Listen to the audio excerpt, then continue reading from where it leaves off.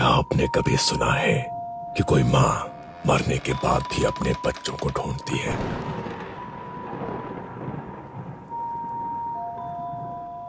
एक गांव है बेलपुर।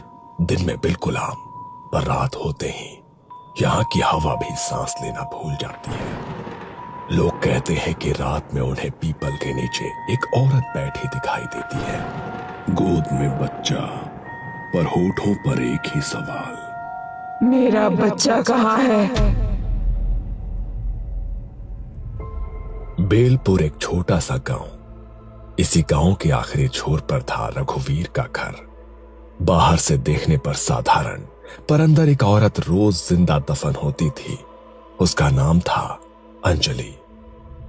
अंजलि की शादी को 8 साल हो चुके थे। शादी के पहले हफ्ते से ही उसे समझ आ गया था कि ये घर उसे बहू नहीं, एक गुलाम समझता है। तेरे बाप ने क्या दिया था? 2 बर्तन और एक पुरानी अलमारी। अंजलि चुप रहती है। शायद कल सब ठीक हो जाएगा। लेकिन हर कल पहले से बदतर हो गया। शादी में जितना खर्च किया उतना तो आज तक वसूल भी नहीं हुआ है। साल बीतते गए, घर में कोई किलकारी नहीं गूंजी। पहले फुसफुसाहटें थी, फिर ताने बने, और फिर ये ताने अंजलि की पहचान बन गए। सुबह का वक्त था। अंजलि चूल्हे पर रोटी सेक रही थी। उसके हाथ कांप रहे थे। सास ने पड़ोसन से बात करते हुए जानबूझकर ऊंची आवाज में कहा, आजकल की लड़कियां न जाने क्या खाकर आती है मायके से। शादी के इतने साल हो गए, एक औलाद नहीं दे सकी। अंजलि ने पीछे मुड़कर कुछ कहना चाहा, लेकिन शब्द गले में अटक गए। रघुवीर हंसते हुए बोला, अरे माँ छोड़ो ना, किस्मत ही फूटी है इसकी। मेरे दोस्त के घर देखो, शादी के 2 सालों में 2 बच्चे। अंजलि ने चुपचाप रोटी पलटी। उसकी आंखों में आंसू थे, पर आवाज नहीं। एक दिन अंजलि के मायके से उसके माता पिता आए थे। माँ ने बेटी को देखते ही समझ लिया कि कुछ बहुत गलत है। अंजलि खाना परोस रही थी। बहू, थोड़ा तेज चलो। वैसे भी तुमसे क्या उम्मीद रखे? ना घर बढ़ाया ना वंश, कम से कम खाना तो गरम खिलाओ। रघुवीर अपनी मुंडी नीचे करके हंस रहा था। अंजलि की माँ रेखा ने बीच में कहा, बहन जी, डॉक्टर को दिखाया क्या? ससुर भैरव सिंह ने हंसकर जवाब दिया, दिखाया था। डॉक्टर ने साफ कहा कि दिक्कत जो है लड़कियों में है। ये झूठ था। कोई डॉक्टर नहीं, कोई जांच नहीं, बस इल्जाम। अंजलि का सिर झुक गया। उसके पिता कुछ बोलना चाहते थे, लेकिन बेटी की आंखों में डर देखकर चुप रह गए। धीरे धीरे ये बातें घर की 4 दीवारों से बाहर निकल गई। कुएं पर पानी भरती औरतें उसे देखकर कहती, वही अंजलि है ना? हाँ, इसकी सास कहती है ये बांझ है, इसके पति की दूसरी शादी होनी चाहिए। अंजलि जहां जाती उसे अपनी पीठ पर लोगों की उंगलियां चुभती महसूस होती। एक रात अंजलि अकेली बैठी थी, हाथ पेट पर रखे हुए। उसे सारी बातें याद आ रही थी। बांझ है, ये वंश मिटाने आई है। ऐसी औरत को तो घर में रखना भी पाप है। अगर मैं माँ बन पाई तो क्या सब बदल जाएगा? उसे तब नहीं पता था कि उसकी कोख खाली नहीं थी, लेकिन उससे पहले समाज ने उसे बांझ घोषित कर दिया था, और यही वो जहर था जो उसकी आत्मा में धीरे धीरे भर रहा था। हर ताने के साथ अंजलि की आत्मा में एक दरार पड़ती गई। 5 साल बीत चुके थे, जिनमें अंजलि ने हर ताना, हर मार चुपचाप सह लिया था, क्योंकि उसके मन में एक ही बात चल रही थी, अगर बच्चा हो गया तो सब ठीक हो जाएगा। रात को जब रघुवीर शराब पीकर आता, औरत है तू, पर अगर बच्चा नहीं दे सकी तो किसी काम की नहीं। वो उसे पीटता, कभी दीवार से पटकता, कभी बाल खींचता। अंजलि रोती नहीं थी, बस मन में यही दोहराती, बस एक बार गर्भधारण हो जाए, फिर शायद सब बदल जाए। लेकिन रघुवीर की शराब, उसकी मार और अंजलि का टूटता शरीर, इन सब के बीच गर्भ ठहरना आसान नहीं था। शादी के 5 साल बाद एक सुबह अंजलि को उल्टी हुई। उसने डरते डरते अपने पेट पर हाथ रखा। डॉक्टर ने कहा, बधाई हो, आप मां बनने वाली हैं। उस दिन अंजलि देर तक आईने के सामने बैठी रही। पहली बार उसके चेहरे पर सच्ची मुस्कान थी। मेरे अंदर कोई है। उसने भगवान को धन्यवाद दिया।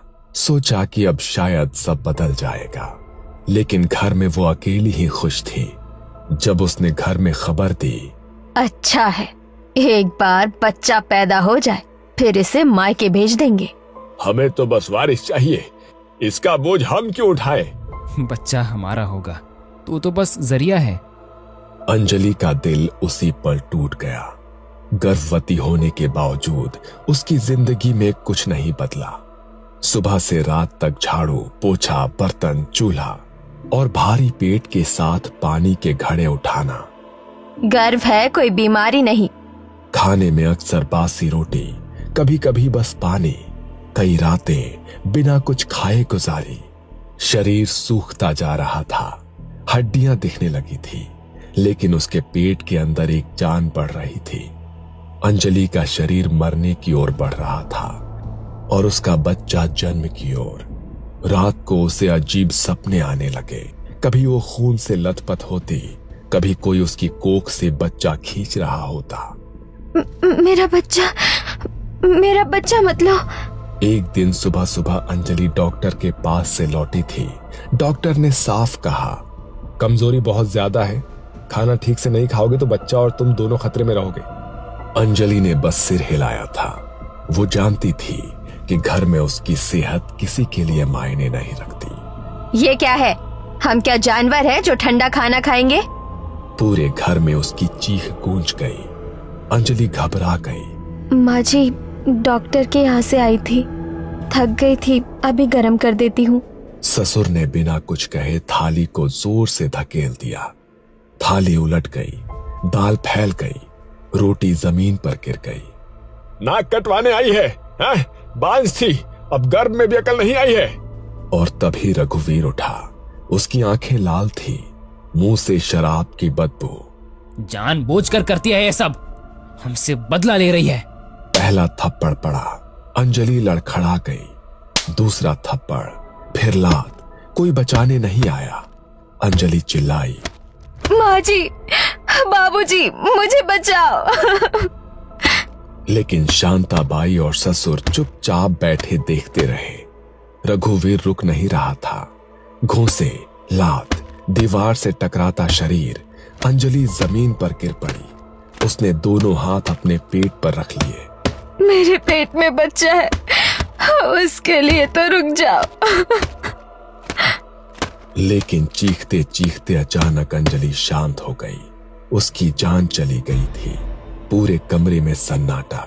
सिर्फ एक बात, अच्छा हुआ झंझट खत्म, लेकिन इसे ऐसे ही नहीं छोड़ सकते।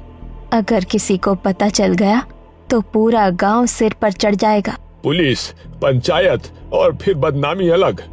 शांताबाई ने अंजलि की लाश को घूरते हुए देखा। उसकी आंखों में न डर था, न पछतावा। कोई संस्कार वंस्कार नहीं होगा। चिता जलेगी तो पूरे गांव को बताना पड़ेगा, झूठी चिंता दिखानी पड़ेगी। थोड़ा रुक कर वो बुदबुदाए, कल मोही बच्चा लेकर चली गई। रघुवीर चुप था। शराब का नशा अब उतर चुका था। उठा इसे और पीछे खेत में गाड़ दे, सुबह तक कोई निशान नहीं रहना चाहिए। रघुवीर ने अंजलि के शरीर को उठाया। उसके हाथ अब भी पेट को पकड़े हुए थे, जैसे वो मरने के बाद भी अपने बच्चे को बचा रही हो। रघुवीर का हाथ एक पल को कांपा, लेकिन वो रुका नहीं। उसने अंजलि को उठाया और पीछे के दरवाजे से बाहर निकला। खेत में अंधेरा था। रघुवीर ने एक गड्ढा खोदा और अंजलि को उसी कपड़े में गाड़ दिया गया जिसमें वो मरी थी। न कोई मंत्र, न कोई अग्नि, न कोई अंतिम शब्द। ऊपर खेत, नीचे एक मां और उसके गर्भ में अधूरी जिंदगी। रघुवीर वापस आया, हाथ धोए। तीनों ने चुपचाप खाना खाया। तीनों अपने अपने कमरों में सोने चले गए, जैसे कि कुछ हुआ ही ना हो। जैसे घर में कभी अंजलि थी ही नहीं। 3 दिन बीत गए थे। घर में अंजलि का नाम कोई नहीं लेता था। खेत के पीछे की मिट्टी अब बैठ चुकी थी। पर तीसरी रात, आधी रात के करीब शांताबाई की नींद टूटी। कानों में छोटे बच्चे की आवाज गूंज रही थी। ये किसकी आवाज है? कहीं बच्चा रो रहा है? कौन सा बच्चा? सो जा। लेकिन आवाज रुकने का नाम नहीं ले रही थी। धीरे धीरे वो आवाज पूरे घर में फैल गई। अगली सुबह गांव के चौराहे पर लोग इकट्ठा थे। कल रात मैंने देखा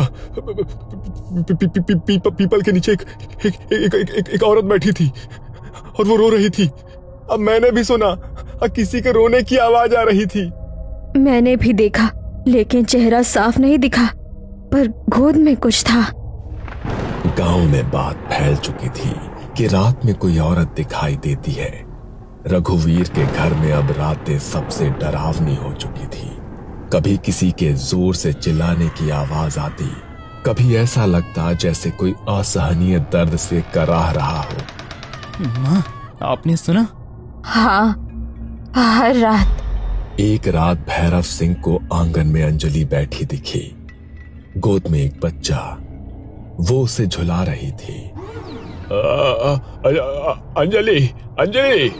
पलक झपकते ही वहां कोई नहीं था। हर रात उन तीनों के लिए एक सजा बन गई थी। डर के मारे तीनों एक ही कमरे में सो रहे थे। एक रात सभी सो रहे थे, दरवाजा बंद था। अचानक कमरे में ठंडी हवा आने लगी और खिड़की हवा से खड़खड़ाने लगी। तीनों का दम घुटने लगा। माफ कर दे अंजलि, गलती हो गई। अंधेरे में अंजलि की आत्मा खड़ी थी। उसके बाल हवा में लहराने लगे। गोद में बच्चा। मेरा बच्चा कहाँ है? तीनों का दम घुटने लगा। वो चीख भी नहीं पाए। सुबह तीनों की लाशें मिली। उनका अंतिम संस्कार करने वाला कोई नहीं बचा। गांव में भी अब अंजलि का डर फैल चुका था। रात में कोई बाहर नहीं निकलता। बच्चों को अकेला नहीं छोड़ा जाता। ये कोई साधारण आत्मा नहीं है। गांव वालों ने तांत्रिक हरिदास बाबा को बुलाया। बाबा ने घर और खेत का निरीक्षण किया। ये आत्मा अंजलि की है। गांव सन्न हो गया। बाबा ने मिट्टी सूंघी। यही दफनाई गई थी वो। गांव वालों ने अंजलि के माता पिता को बुलाया। रेखा बेटी की खबर सुनते ही जमीन पर बैठ गई। मेरी बच्ची। हरिदास बाबा ने कहा, गर्भवती आत्मा को शांत करने के लिए उसे वो देना पड़ता है जो उसके लिए सबसे प्रिय हो। अंजलि की पसंदीदा चॉकलेट, बचपन की गुड़िया, उन्हें खेत के पास रखा गया। माँ और बच्चे दोनों को अग्नि दो। मिट्टी खोदी गई। अंजलि का शरीर निकाला गया। अंतिम संस्कार किया गया। आज भी जब आधी रात के बाद कोई खेतों के पास से गुजरता है तो हवा अचानक ठंडी हो जाती है। कहते हैं कि मिट्टी के उस सन्नाटे में एक साया उभरता है। गोद में बच्चा, आंखों में अधूरी ममता और होठों पर एक ही सवाल, मेरा बच्चा कहाँ है?